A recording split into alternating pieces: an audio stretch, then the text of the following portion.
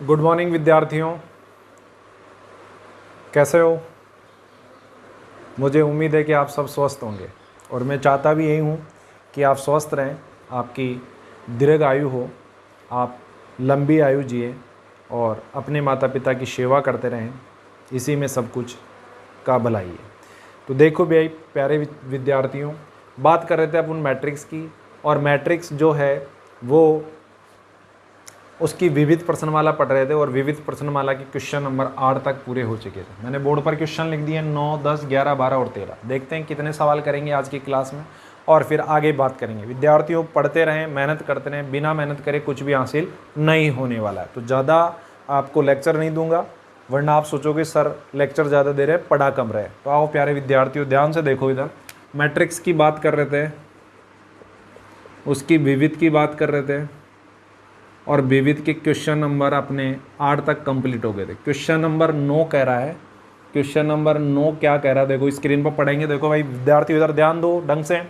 1 3 गुणा 3 क्रम का एक अवयव b equals to B I J लिखिए, जिनके अवयव बी आई जे आई और जे है। भाई 3/3 का लिखना है, तो ध्यान से देखो भाई, ये b है, 3/3 का लिखूंगा ऐसे।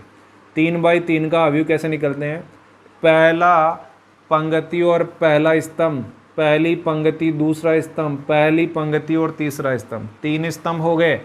दूसरी पंक्ति पहला स्तंभ, दूसरी पंक्ति दूसरा स्तंभ, दूसरी पंक्ति तीसरा स्तंभ। भाई है इसका column, third row first column, third row second column, third row और आपका थर्ड कॉलम। 3/3 का हो गया। 3/3 को मल्टीप्लाई करते हैं तो आप लोगों को पता है इसके अवयवों की संख्या आ जाती है कितनी? 9 अवयव होना चाहिए। 1 2 3 4 5 6 7 8 और 9 निकालना है आपको। क्या निकालना है? एक रिलेशन दे रखा है बी आई जे दे रखा है कि आई को मल्टीप्लाई कर दो किससे? जे से। यदि मैं A11 की बात करूं तो आई की जगह 1 हो गया और जे की जगह भी 1 क्या हो गया? 1 हो गया। तो 1 गुणा 1 इज इक्वल्स टू क्या बन जाएगा विद्यार्थियों? 1 बन जाएगा।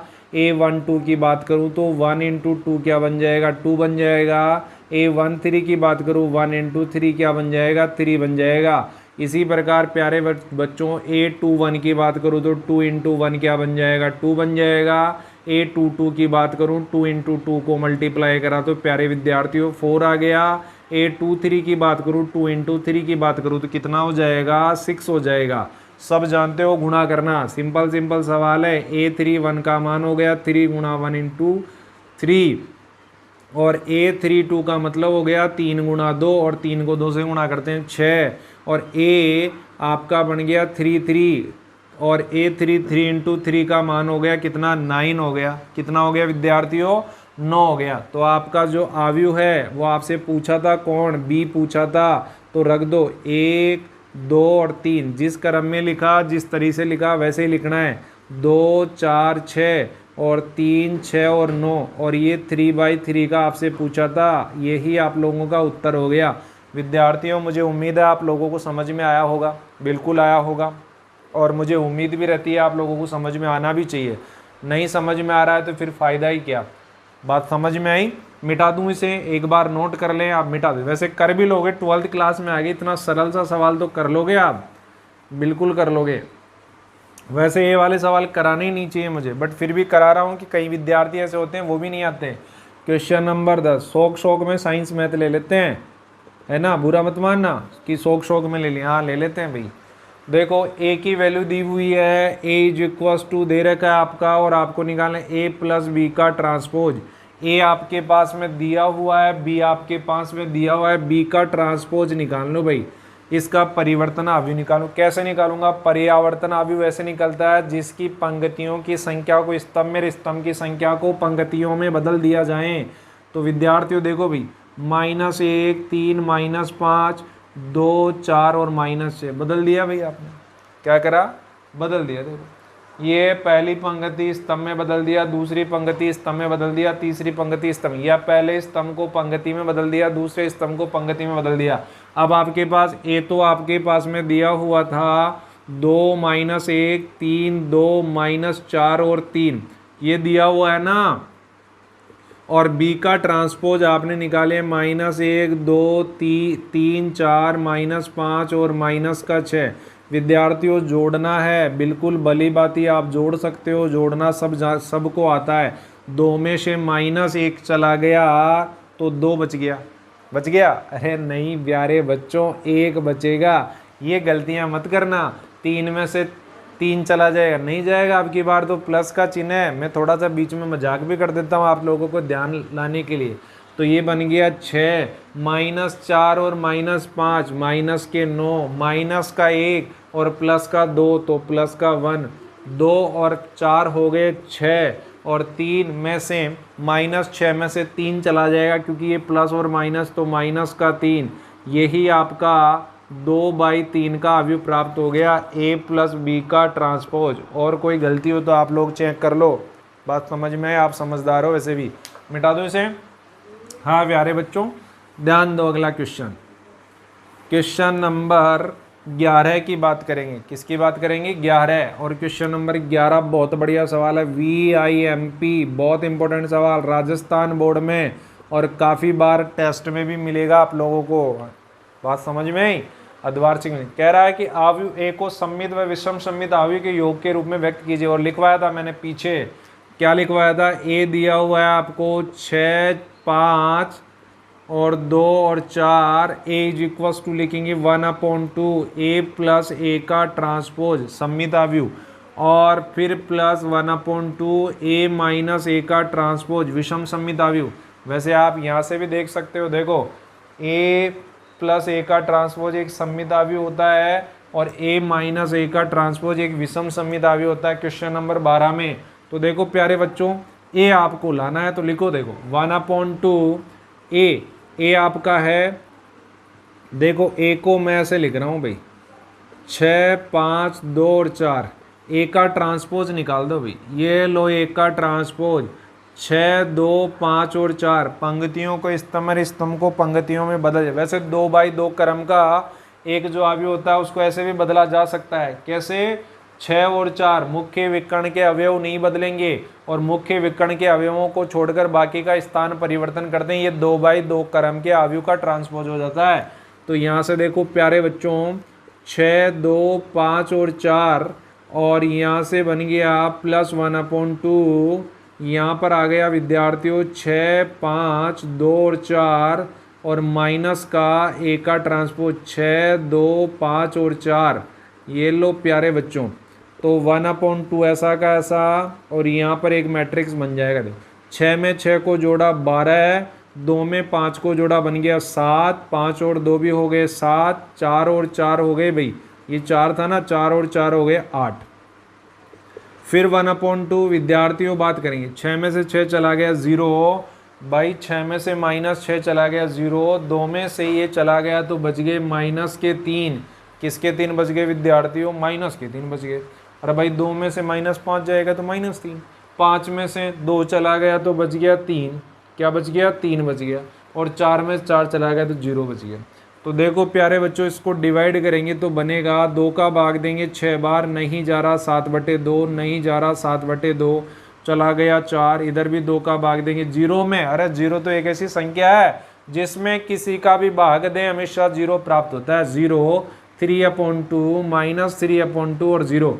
तो देखो भाई ये तो क्या है? सममित है। ये क्या है? विषम सममित है। विषम सममित आपको पता है कि मुख्य विकर्ण 0 0 होता है। और यहाँ पर देखो भाई ये दोनों अवयव एलिमेंट, ये चिन्ह बदला हुआ होता है इसमें। बिल्कुल समझ में आया होगा। तो इसे मिटा दूं, ये नोट कर लें। क्वेश्चन नंबर 11 कंप्लीट हो चुका है। इन दोनों को जोड़ लो आपस में, इन दोनों को जोड़ लो आपस में, A बन जाएगा। इन दोनों को जोड़ लो आपस में, क्या बन जाएगा? जोड़ो, देखो 6 में 0 जोड़ा 6, 7/2 में -3, 2 लघुत्तम आ गया, 7 में से 3 चला जाएगा 4, 4 में 2 का भाग देंगे, वापस आ गया ना A। इसीलिए तो कहते हैं A, हाँ बिल्कुल, सममित और विषम सममित अवयव के योग के रूप में। तो ये तो इसके नीचे लिख देना भाई, ये तो है सममित अवयव और ये है विषम सममित अवयव, विषम सममित अवयव। ये आपसे पूछा था सममित और विषम सममित अवयव के योग के रूप में बता, बिल्कुल मिटा दो इसे। हाँ प्यारे बच्चों शाबाश, बहुत अच्छी बात है।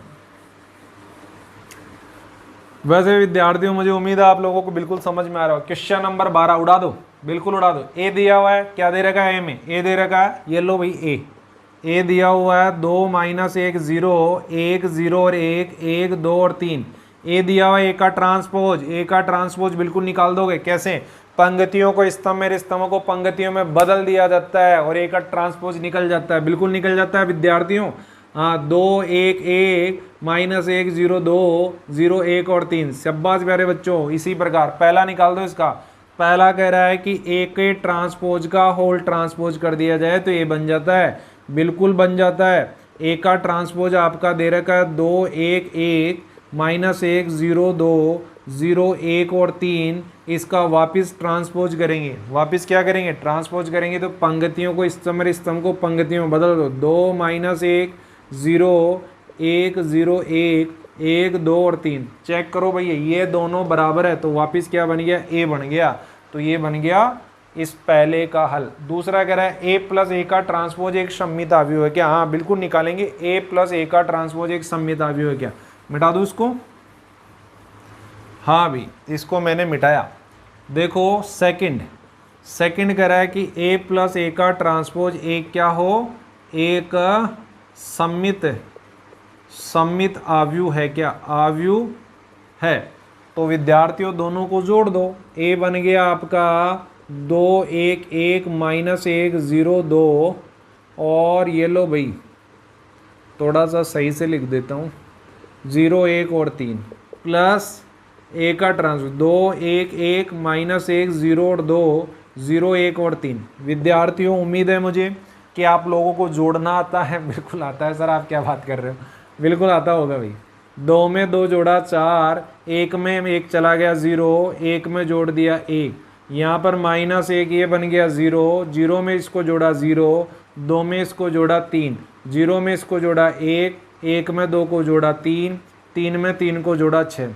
विद्यार्थियों याद करें, क्वेश्चन बताया था मैंने कि इसका ये वाला एलिमेंट इस एलिमेंट के बराबर, ये वाला एलिमेंट इस एलिमेंट के बराबर और ये वाला एलिमेंट इस एलिमेंट के बराबर होता है तो ही उसे सममित अवयव कहा जाता है, अन्यथा सममित अवयव नहीं कहलाएगा। और इसी विविध प्रश्नमाला का क्वेश्चन नंबर 7 या 8 था, आप लोगों का था या नहीं था, बताया था ना आपको। ये दोनों एलिमेंट, यहाँ x दे रखा था और x का मान 4 आया था, याद आया आप लोगों को, बिल्कुल आया होगा याद। हाँ, जो पढ़ता है उसे तो याद आएगा और जो नहीं पढ़ता उसे कुछ भी याद नहीं आएगा।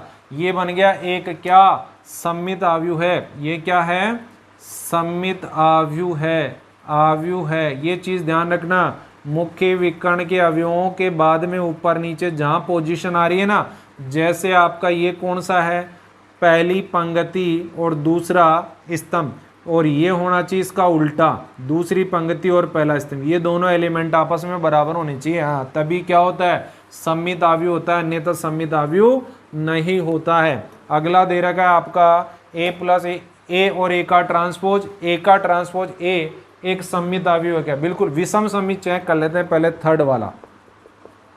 थर्ड वाला ए माइनस ए का ट्रांसपोज। ए भाई दे रखा है आपका 2 1 1 -1 0 और 2 0 1 और 3 -2 1 1 -1 0 2 0 1 और 3। विद्यार्थियों घटा दो, घटाने में माहिर हो वैसे भी आप, हाँ बिल्कुल माहिर होंगे। हाँ, 2 में से -2 चला गया, 0 बच गया। 1 में से -1 तो ये माइनस माइनस प्लस तो बन गया 2। 1 में से 0 चला गया 1, माइनस और माइनस का 2, यहाँ पर 0 में से 0 चला गया 0, 2 में से 1 चला गया, बच गया कितना 1, 0 में से ये चला गया तो बच गया -1, इसमें से ये चला गया तो ये बच गया भाई 1 में से माइनस तो -1 और 3 में से 3 चला गया तो 0। देखो आप लोगों को मालूम है कि अवयव समान, मुख्य विकर्ण के अवयव तो 0 0 होंगे, अवयव समान होंगे परंतु उनका चिन्ह बदला हुआ होगा, उसे ही क्या कहते हैं, विषम सममित अवयव। विषम सममित अवयव, विषम सममित अवयव है। कौन सा अवयव है प्यारे बच्चों, विषम सममित अवयव है। तो मिटा दूं इसको। सिमेट्री और अनसिमेट्री आप लोगों को पढ़ाया था, मैंने बताया था, तो आप लोगों ने ध्यान भी दिया हुआ होगा। अब मैं आप लोगों से उम्मीद करता हूं कि क्वेश्चन नंबर जो 4 है वो आप लोग चेक करेंगे इसका, और बिल्कुल कमेंट बॉक्स में करके बताएंगे कि सर आपने जो क्वेश्चन 4 दिया था 12वें का, उसका आंसर हमारा आ गया है। सब जानते हो सम्मिदा व्यू। क्वेश्चन नंबर 13 भी आप लोग कर सकते हो। वैसे क्वेश्चन नंबर 13 देखेंगे और 13 का हल, 13 का हल कह रहा है कि ए दिया हुआ है, बिल्कुल दिया हुआ है 4, 1, 2 और 3, और बी दिया हुआ है आप लोगों का दे रखा है -2, 3, 1 और 2। आपसे कह रहा है कि 3a - 2b + c बराबर शून्य आव्यूह है। कौन सा आव्यूह है? शून्य आव्यूह है। तो भाई ये 0 लिख दिया मैंने, बाद में देखूंगा कितने बाई कितने क्रम का। वैसे मुझे पता चल रहा है 2/2 का, तो 2/2 का ही होगा शून्य आव्यूह। 3 a का मान 4, 1, 2, 3 -2, b का मान -2, 3, 1 और 2 विद्यार्थियों प्लस सी का मान। सी के मान की बात करें वो तो निकालना ही है आप लोगों को।